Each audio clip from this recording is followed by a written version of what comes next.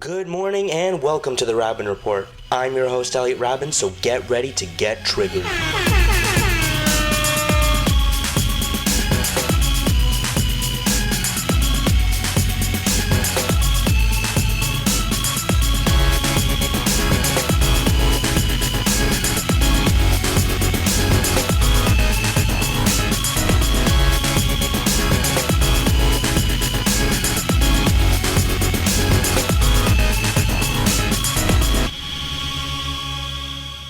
Welcome to the show. My name is Elliot Raben. I'm your host, as you might have heard in our intro, and with me I have my expert panel, as always, Marshall, Adam, and Daniel. How are you guys? Good. Doing good. Doing pretty good. Good. Awesome. So today we're going to be moving past the 2016 U.S. elections, or as I call it, having a scorpion enter your body and play mariachi music inside you. 2016. After the whirlwind that was that year-long event, we will now be moving to a softer topic: misconceptions about political views. Each panelist supports a different political party: conservative, liberal, NDP. And on this episode, they'll each be discussing some misconceptions about their parties, political beliefs, and much more. And before we begin, to the person that told me to die because I have a differing opinion from you, please grow up. So, let's go to our first question. What are the biggest misconceptions about each of your political views? Let's start with you, Adam. Oh, of course. Okay. Technically, what NDP? So socialist, I guess. Yeah, I'm generalized. I'm generally more left wing than most. John Cherry would call me a left wing kook, but regardless, for starters, my biggest problem with the left and everybody else's biggest problem with the left is that as much as we try and paint ourselves as the most equal side, the most accepting side, the voice for the unheard, the voice for the people who don't have one, we're almost anything but that. Let me finish. We, generally in history, we have been voices for the workers' parties, the ununionized, the whatnot. But we've also been the voice for the marginalized. And for a while that worked. And I think that the left has been the most equal representation for visible minorities and different marginalized groups throughout history.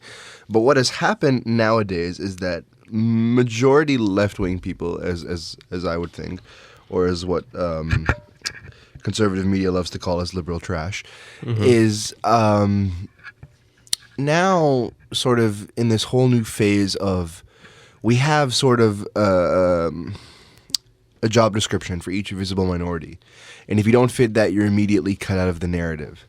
You're immediately removed from the conversation. If you are for example, if you are a gay person but you support Donald Trump, are you really a gay person?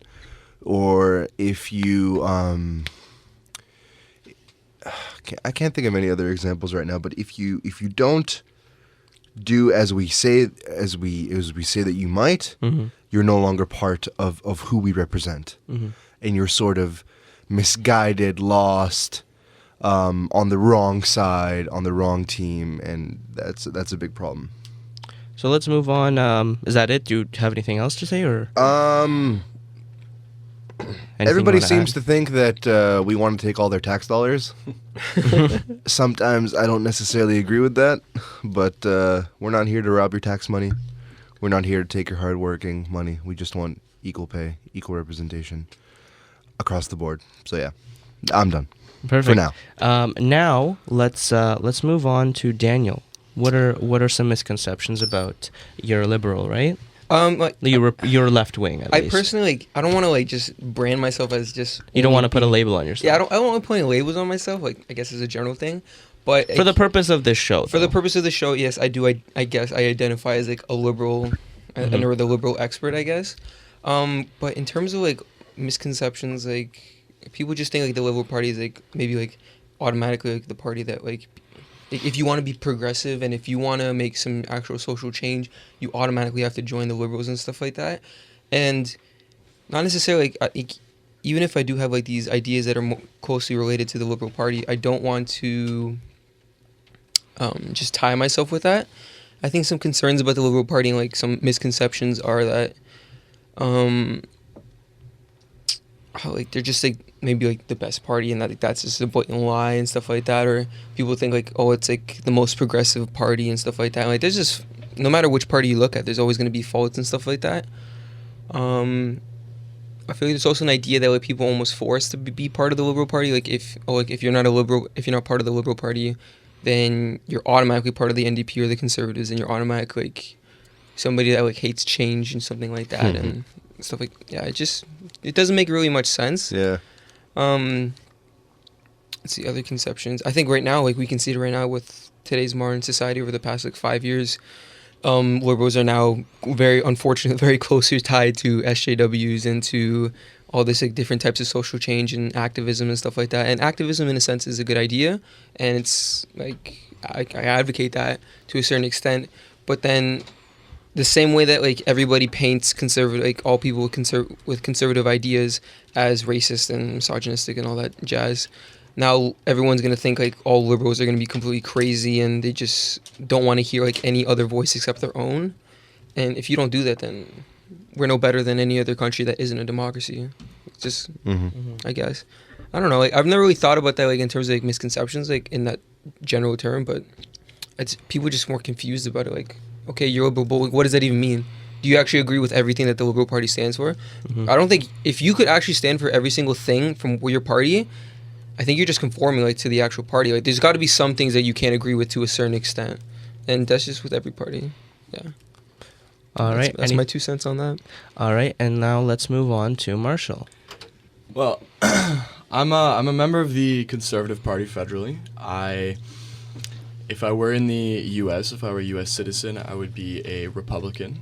If I were in the U.K., I would be a Tory. I'm on the right wing, and I'm pretty deep into the right wing. Now, when I tell people that, it's funny, the first thing that they assume is not necessarily racism or homophobia, it's always transphobia. That's the first thing that the people always assume. People, whenever people ask the question, and I've always felt, don't ask the question if you can't handle the answer. Don't take the heat.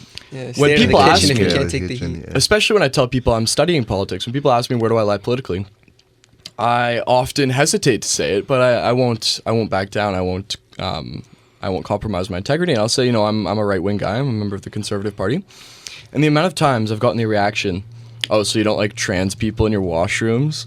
It's ridiculous. Like, first of all, that's not even an issue in Canada.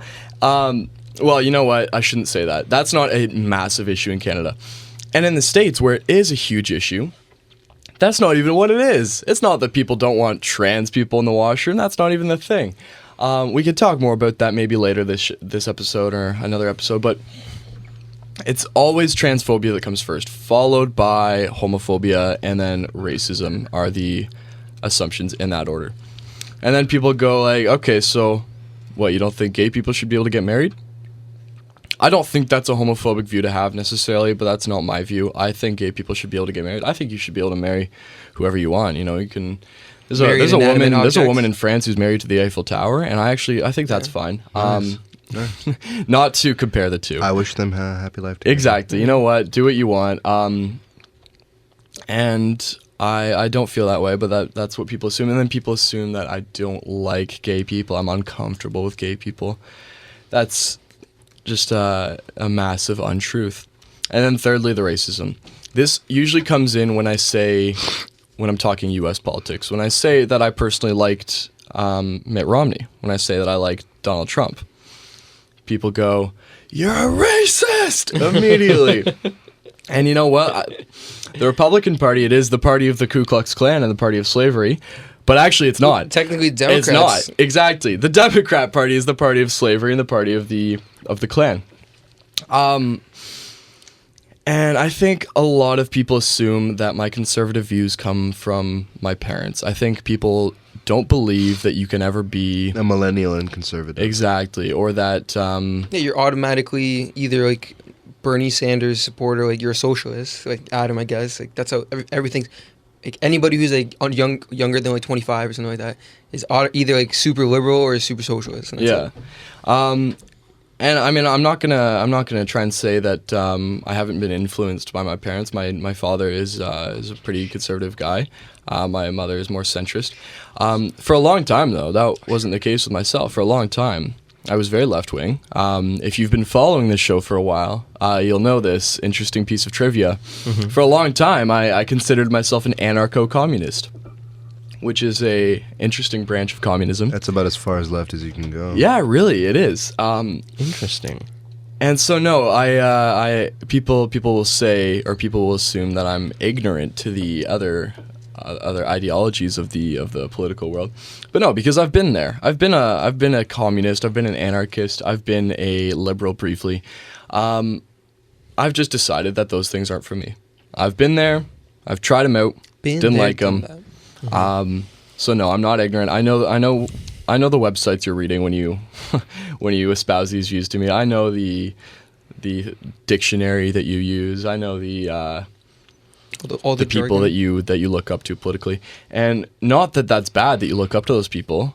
It's bad that you assume I don't know those people. That's the thing. And I mean, this is an issue that's very important to me because I think it causes a lot of stress for not only me but for conservatives. Can you elaborate on what you're talking about, the whole leader thing? Like, were you saying, like, expanding on like leaders that you look up upon? What were you saying? So, for example, like I'm just trying to think of a liberal person who I used to like YouTubers, not just YouTubers, but YouTubers, journalists, politicians. So when I was a anarcho-communist, I was big on Abby Hoffman, Jello Biafra, who was the singer of the Dead Kennedys, Henry Rollins from Black Flag, Ezra Klein from Vox. Vox, jeez.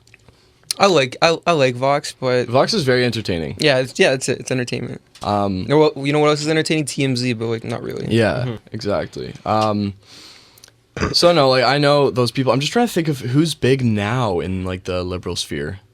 In terms of what? Let's John just Oliver. talk YouTubers. John Oliver. Yeah, John Oliver. Oh, yeah. And Trevor Noah. I used to be a huge fan of. Trevor Noah. What about preachy. and Colbert, right? What I about like what Col- about, no, I what still- about people I like still Philip amazing. DeFranco? What about people like Oh, Philip yeah, DeFranco? Philip DeFranco's great. Philip DeFranco's yeah. great. Philip DeFranco. I he's- love Philip DeFranco for the sole fact that like people don't know like his actual true opinion. Like Yeah. he says it like, a little bit. He's He gives very his- factual. He gives his doesn't- 2 cents, Yeah. but he's not like he doesn't want to explicit his own opinion because that's not what he cares about. He cares about the community in a sense. I like he his likes voice. it. He likes it when Yeah. other people have comments Got a and they good have voice. like and they debate about their certain issues and stuff like Absolutely. But yeah, no, and I still like Stephen Colbert. I still find John Oliver funny. He's a Liverpool Yeah. fan, which is nice. Yeah. And He's good at his job, just when he shoves his political views Yeah. down your throat. Is there It's an kind of accent like you can't do, Adam?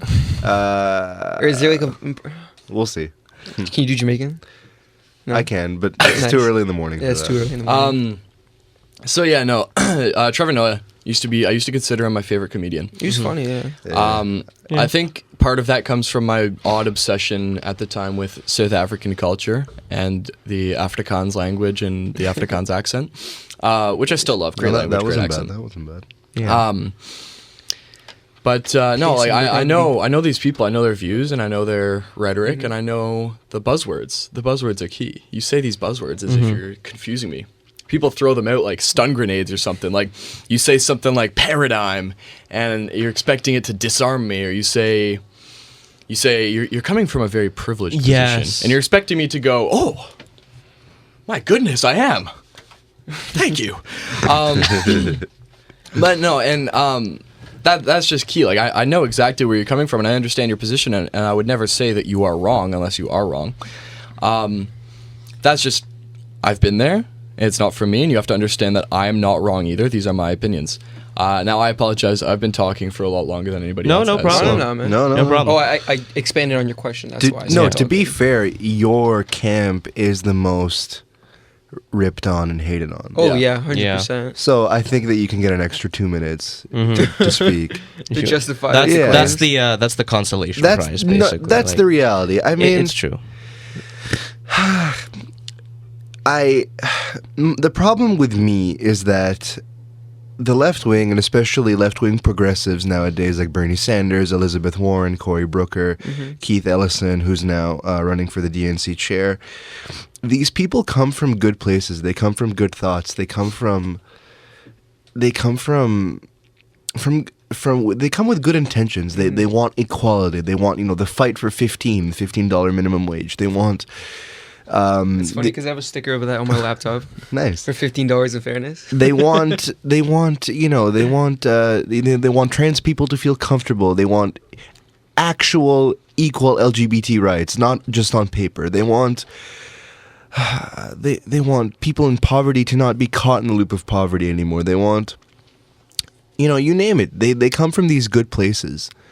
But their means of doing it and their execution in their plans, a lot of these progressives will stand there like they did the entire election and just rip on Trump for being a racist without attacking any of his policies. That's an example. A lot of left-wing folk, and especially the very passionate kind, which I know where the passion and the frustration and the anger stems from. It's all years of frustration and lack of change. I get it. But a lot of the left-wing folk really like the ad hominem way of getting their point across. They will attack you as a person rather than attack your belief. Like, yeah.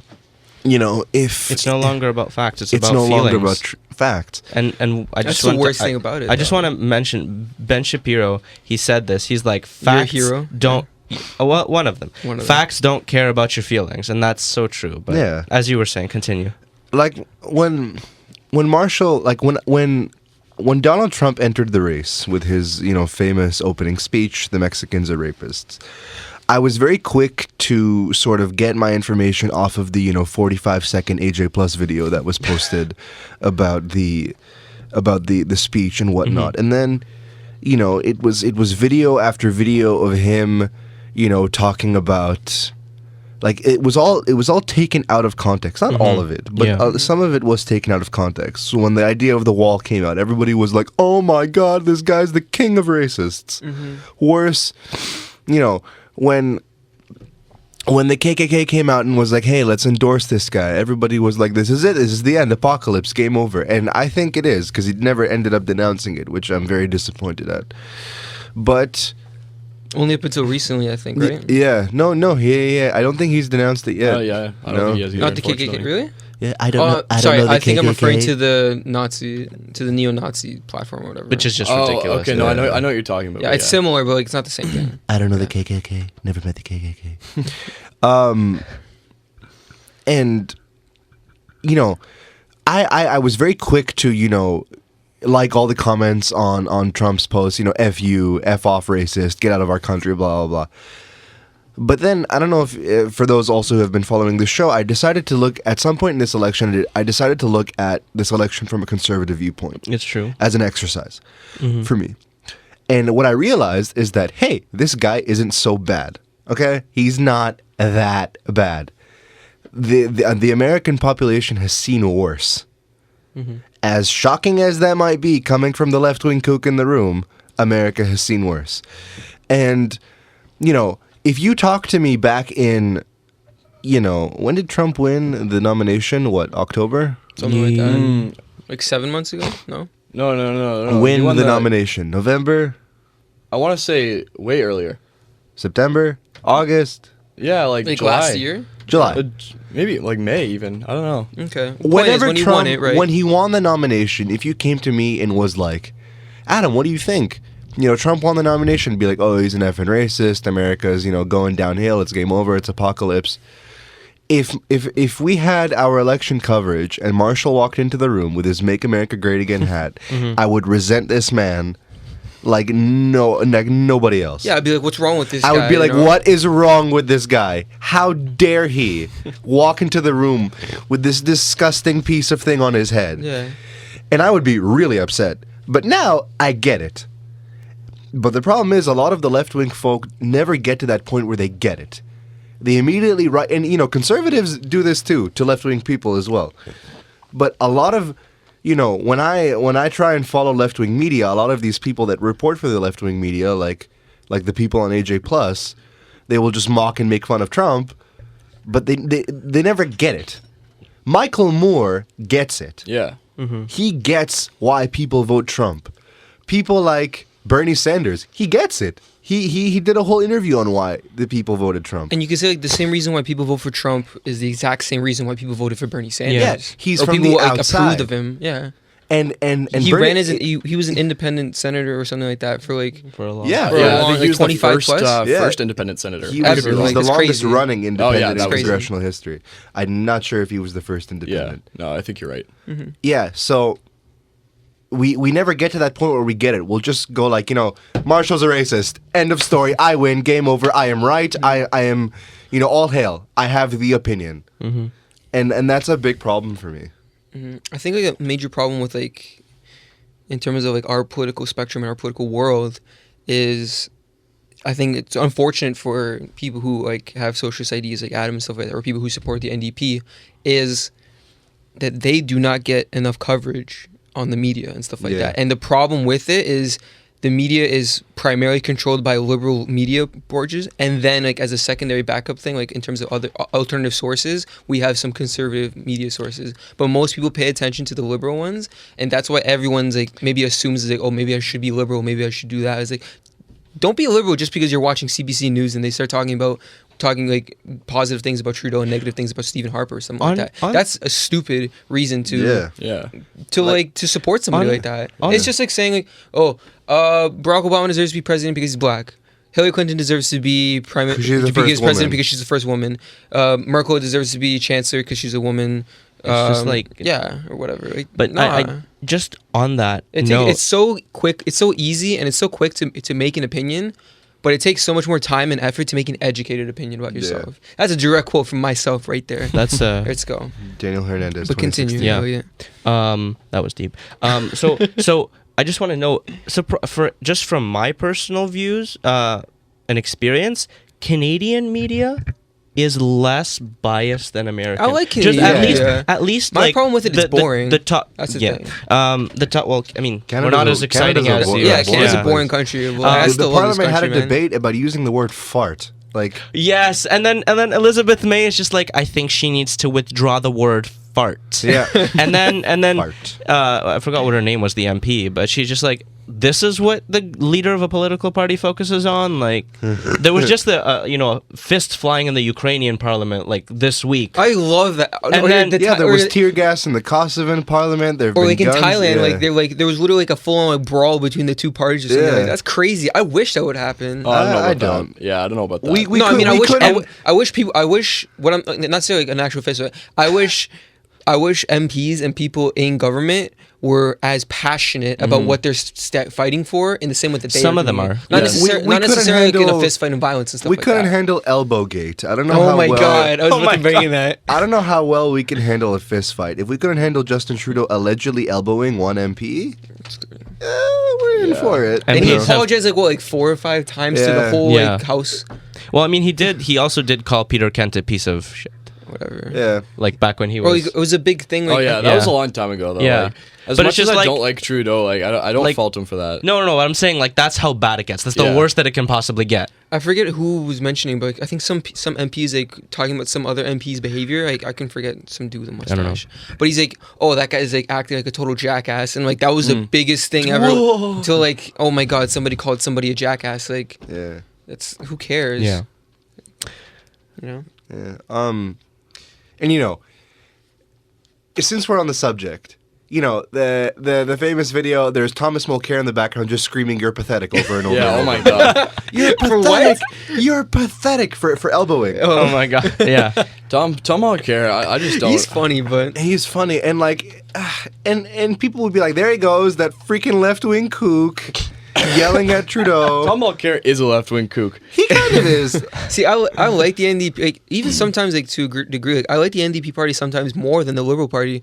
But the issue is the NDP party doesn't have as much credibility in terms of the Conservative and Liberal Party, and that's kind of sad because I think democracy is even healthier with a multi-party system like that instead of just a bi-party system like that. The NDP, Tommy Douglas, the founder of the NDP, is the champion of free healthcare in Canada. What we pride ourselves on. That is Tommy Douglas's project. Yeah.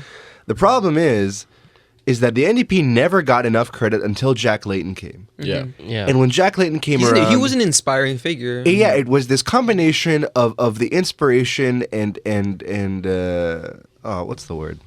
It starts with a C. Compensation? No. Charisma. Courage. Charisma. Thank you. Sorry. Why I say compensation? The charisma of Jack Layton and the total what's a good word for this? The total disgrace that Michael Ignatieff was. Yeah. Oh God. He didn't come back for you. Anyway, it was the combination that brought NDP to the leading opposition first time in history, and people actually gave the NDP a chance. And I was like, yay, my left wing, grandpa, Jack Layton. And then he died. It's a shame. It's a real shame. And it was really nice of him to get a state funeral. Yeah, I think he deserved it. He deserved He a did. state funeral. Yeah.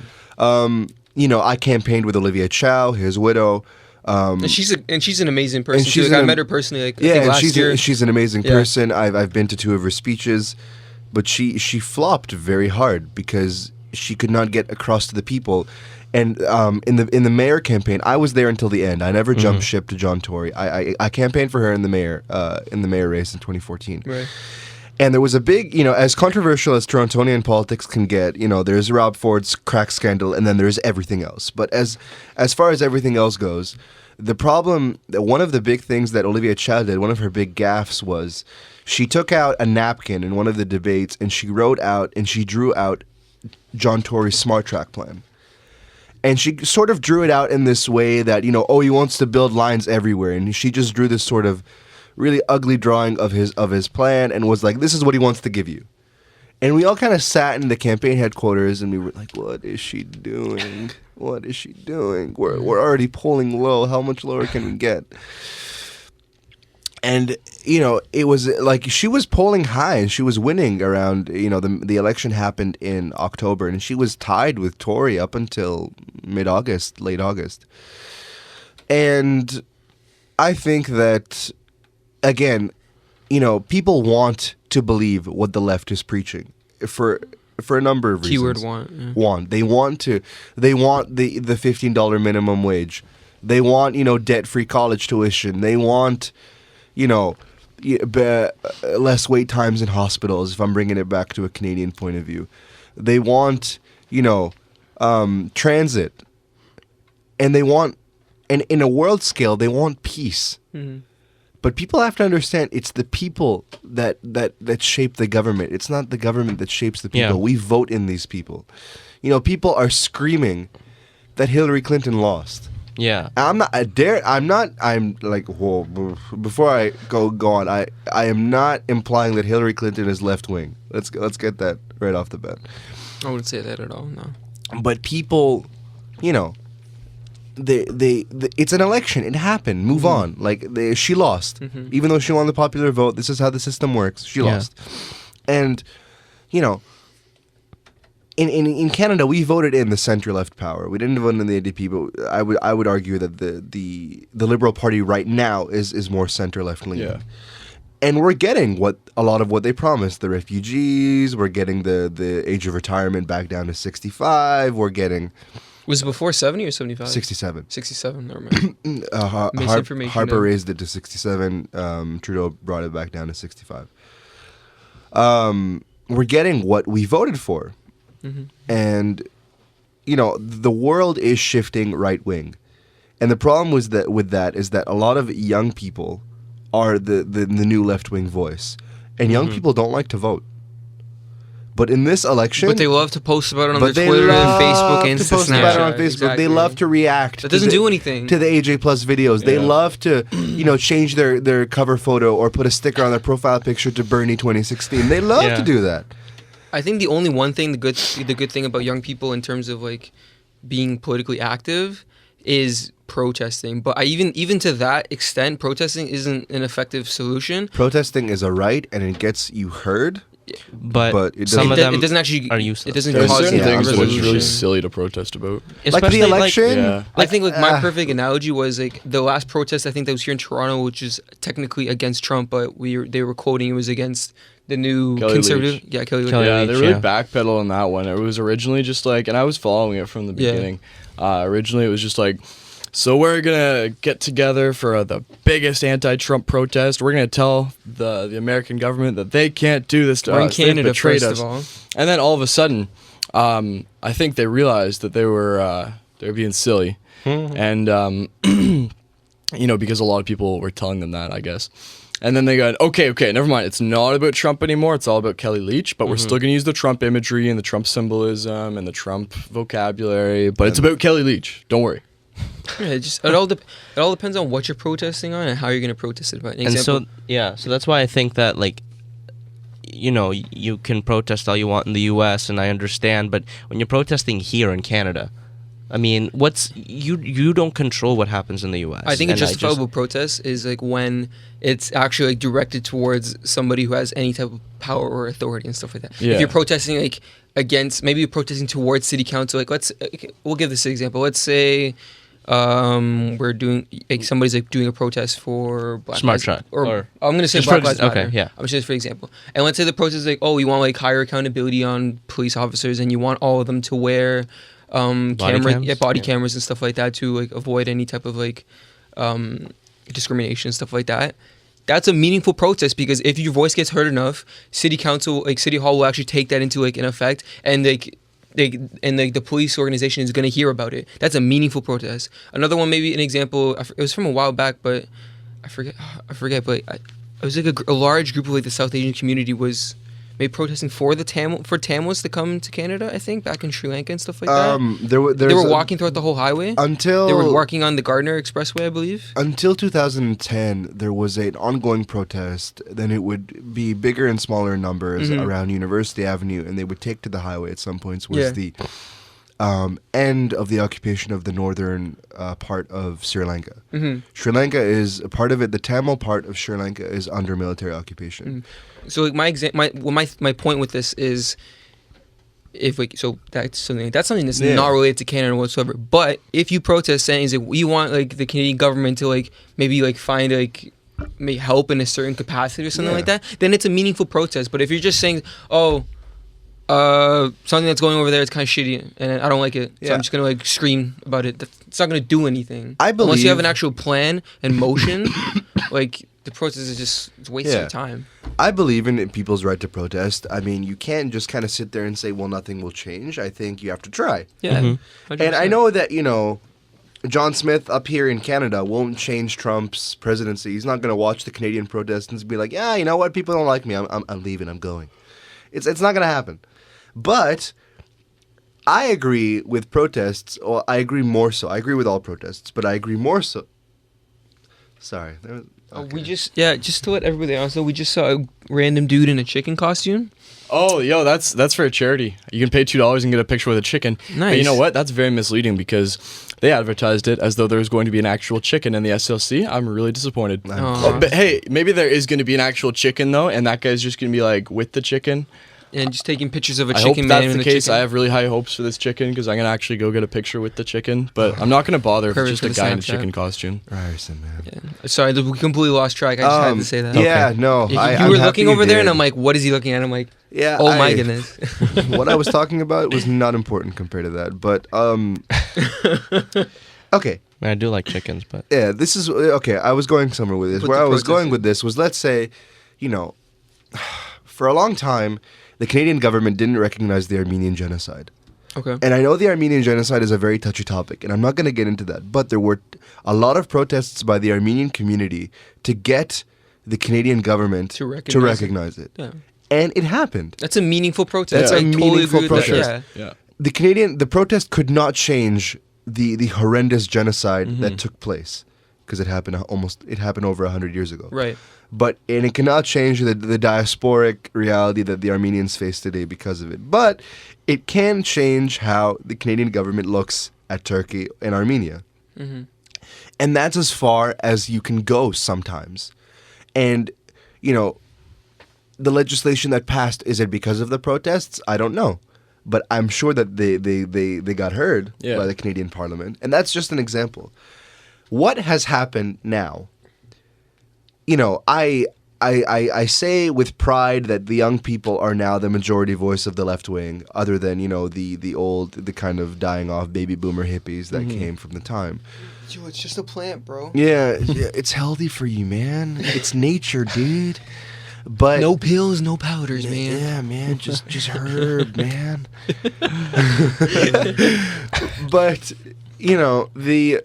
the double-ended sword of young people is that we love to scream. We're very passionate. We're very full of energy. We're very, we want change, and we want it now. We want it right now. And especially with it's not going to happen overnight. With our generation of millennials, we're very impatient. We're like, well, why is this happening? We want it now. Like we wouldn't even wait for Wi-Fi to connect to Wi-Fi. Yeah, we won't even wait for Wi-Fi. I hate waiting more than 5 minutes for McDonald's and stuff like that. That's the problem. Like that's the point of drive-through, man. I was at McDonald's yesterday at 1 a.m, and they had 3 people working, and there was one guy saying that I've been waiting here for a while. Where's my order? I want it now. And they was that person Mickey Mouse or? Accurate voice too. And they had the list of they had the queue up, and the guy saw his number, and then he's like, well, I've been waiting here a while. And that that sort of transfers over to protests. We get angry, we throw bottles, we break glass, we hurt people, we beat people. It's not the old people that come, with their pins and their signs that are beating these people. They're actually, for the most part, the ones that get beaten. Old people want to reason with you. Young people don't want to reason with you. Just accept my opinion and that's it. Trump's a racist. Old people will tell you, listen, Trump might have some racist qualities and he wants to do this. He wants to end TPP, good for, protecting industry in America. Old people have reason and validation for their arguments. And young people do too, but not the young people that we see. We need to learn from old people too. Even people who supported Hillary that were older, they were more keen on talking rather than going, insane. So I just totally agree with what you said. I've been talking for a while. Young people just have like this opinion and stuff like that, but they don't want to hear anybody else's opinion. And I think it's a very important idea that we need to talk to other people and stuff like that. Example, sometimes I have conversations with my whole family, and we've talked about transgender issues and stuff like that, and and my parents they don't necessarily agree with it, nor do they disagree. Like first of all, it doesn't affect them at all in any shape or form. They're just gonna go to the washroom. But so the fact that you get able to the key thing is being able to have a healthy discussion with other age demographics and being able to learn from them and stuff like that. Because if we don't learn from older people and stuff, we're just gonna repeating the same mistakes that happened in history and stuff like that. And the opinion of millennials is so, I want to say, so focused romanticized. As in after the election, people were going, "Oh, well, if only millennials voted, Trump so why didn't you vote?" Yeah, there was this map. Oh God, there was this map. So if only the people who have objectively the least political experience and knowledge voted, then the election would have been different. That's a great argument. And I'm sorry, that was sarcasm if you couldn't tell. So these millennial opinions are held to such a high standard for some reason. I don't think that millennials are stupid. I don't think that at all. I think that the older people are typically smarter. Not always, but typically. They're more experienced. They're more experienced. They have more knowledge, and wisdom comes with age. Exactly. They've lived through other elections. They've many of them at least have voted before and seen the impact that the people they voted in have. They know what they're talking about. And I mean, political knowledge and experience simply just comes with age. Even if you aren't into politics, you will know more about politics than somebody who's younger than you and isn't into politics. Just because you can't avoid it, really. You can avoid getting immersed in it, but you can't avoid hearing about it and seeing the effects of it, because that's exactly what politics is for. It affects everybody. So I do just want to change the topic a bit. So we've talked a while now about some misconceptions and just ideas, beliefs, all that. How can we change people's perspectives on the beliefs, on your beliefs, on the beliefs of the parties that you align better with, the left, the right wing? What can we do? Besides, we've talked about it here. But to people who, for example, didn't listen to the show, how can we better educate the world without coming off as arrogant, ignorant, and shoving our opinions down their Cisgender throat? white males. Exactly. Privilege, you know, it's like, so what can we do? So, you want to go? Oh, sure. So on the right wing, I think it's key, and this is actually happening already. The right, the conservative infotainment sucks. Conservative infotainment is severely lacking in quality. And you don't see any conservative infotainment shows on mainstream television networks. And that's fine, because that's not what the people want. I would like to see the people start wanting that, and to see that we'll need more small, good right-wing infotainment. Like, you look at things like Breitbart. Breitbart sucks for the most part. Breitbart is not a racist, homophobic, hate-filled website like many would like to make it seem. Is this the one that's recently come up with the news because the chief of staff? Yeah.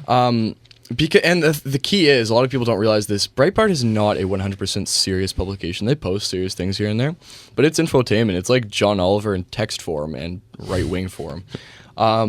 It's not meant to be taken super, super seriously. They post articles, yes, and Hillary Clinton mentioned this in a speech, and I can't remember who this article was written by. I want to say Milo Yiannopoulos, but I could be wrong. Was it the two titles that she said? Yeah, it was Milo. Birth control makes women unattractive and crazy. And was that meant to say, like, that's meant to be taken as somewhat of a joke? They went into why. They gave some reasonable and very justifiable theories as to why they would say that. But that headline is not meant to think that all women who take birth control are unattractive and crazy. No, they're just presenting some theories with like a semi-comical headline. That's the key there. And then you have things like Daily Wire, which I personally really like. Ben Shapiro on Daily Wire and Andrew Klavan.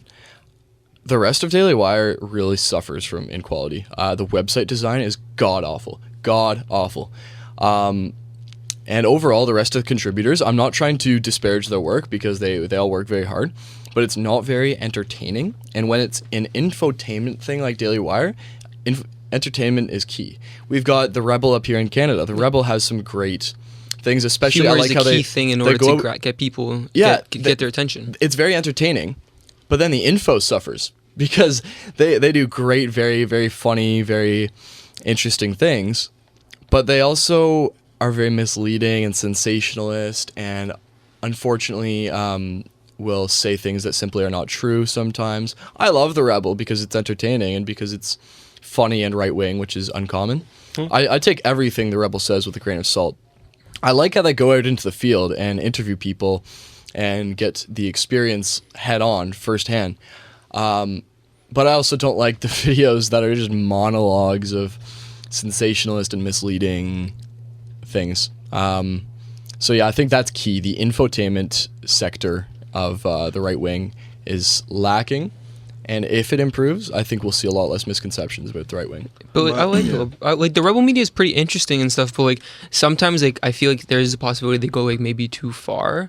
I know like most of the stuff taken as a joke, but I feel like people are gonna view what they're doing and be like, "Oh my god, this is just the worst thing ever." Yeah. An example, like one of the videos I saw was with David Menzies? It was with David Menzies, yeah.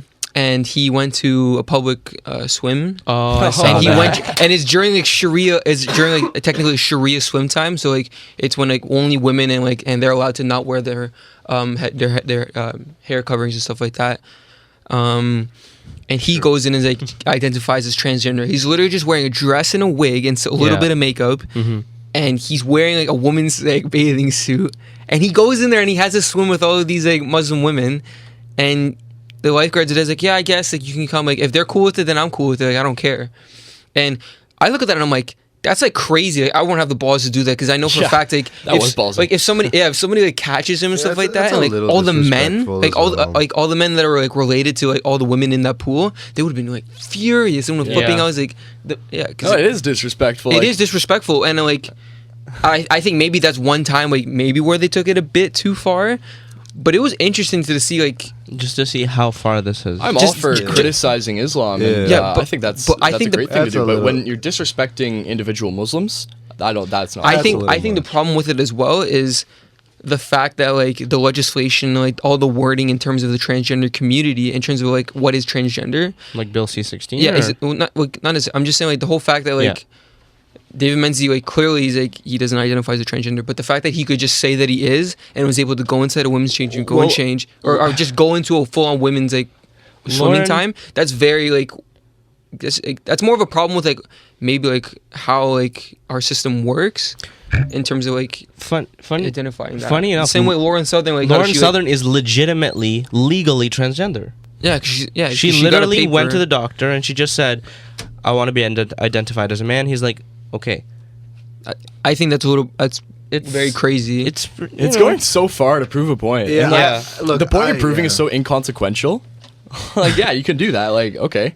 Yeah, to talk about that, I think that we're for cisgender, for all intents and purposes, white male, and it's very easy for us to sit here and make fun of people identifying as women just by kind of flipping a switch or flipping a coin. But there are people that actually have gender dysphoria and identify. Of course, and I'm not offended or anything, but I'm just saying that it's easy for us to kind of joke about this. But it takes away from the validity of the transgender From community. the validity.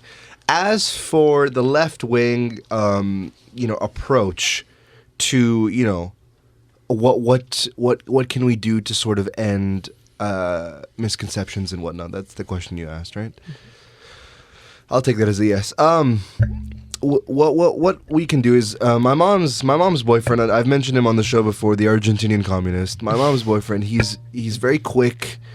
When slipped our minds completely. Yeah, I didn't know that. Oh, anyway, my mom has a congrats boyfriend. He's a communist. I've talked about him on the show before. What happens whenever we get into a discussion and I get to a point where I say, "Well, I don't know." I don't know what you're talking about. I don't know what it is. The first thing he goes is he says, "You have to read. You have to read." What do you mean you don't know? You have to read. What are you doing? And that's what the left has to do.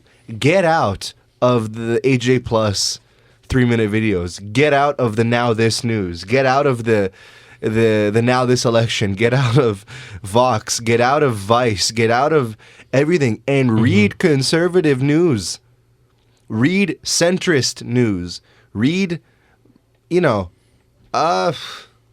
books. Read books. Read books. Just being a polite way for everybody. Just if you're looking for a book to read, can you turn on that camera, Elliot? Yeah. If you're looking for a book to read, Conscience of a Conservative by this camera. Barry Goldwater. Conscience of a Conservative by Barry Goldwater. If you're looking to get a conservative, here, hold it up. Hold it up. I'm gonna zoom in on it. If you're looking to get a great conservative viewpoint, Conscience of a Conservative by Barry Goldwater. The Capitol looks like a nipple, doesn't it? Looks Kind weird. of. That's weird, man. You have a dirty mind. Do it's I? the philosophy. I feel like everybody's thought of that. I'm sure they have. Yeah, exactly. It's the philosophy that reinvigorated conservatism and kind of reformed conservatism through the third quarter of the 21st or the 20th century. And it's a great read, even if you're not a conservative. Highly recommend it. Yeah. So, hold on. One thing about that book. I'm pretty sure John Oliver actually said that once. How the Capitol looks like a nipple at the Capitol. He would have. He did say that. I think, so we do have. That was the last thing I want to say. We do have about a minute left before we have to go, but that was a very, very peaceful and enlightening discussion we had today. I thought I would get we much went more away offended. from the craziness of the election and we just kind of. Yeah. It's nice when we aren't like screaming about exactly. Republican versus Democrat. And it was. Can we all just get along? Yeah. You know what? To end off quickly, I think that as Canadians, we're very lucky and very privileged to as sort of all people. As all people. We're very lucky and very privileged to have all three spectrums that we have here today not being too different from each other, which is not as bad as the American government where it's so bipartisan. And I think that the ability to have this discussion is something that you need to do in order to sort of broaden your viewpoint and sort of to broaden your outlook on the world. So we do have to go. Thanks to everybody for watching. Thanks for having us. Thanks Let's for having play us. us Thank out. you.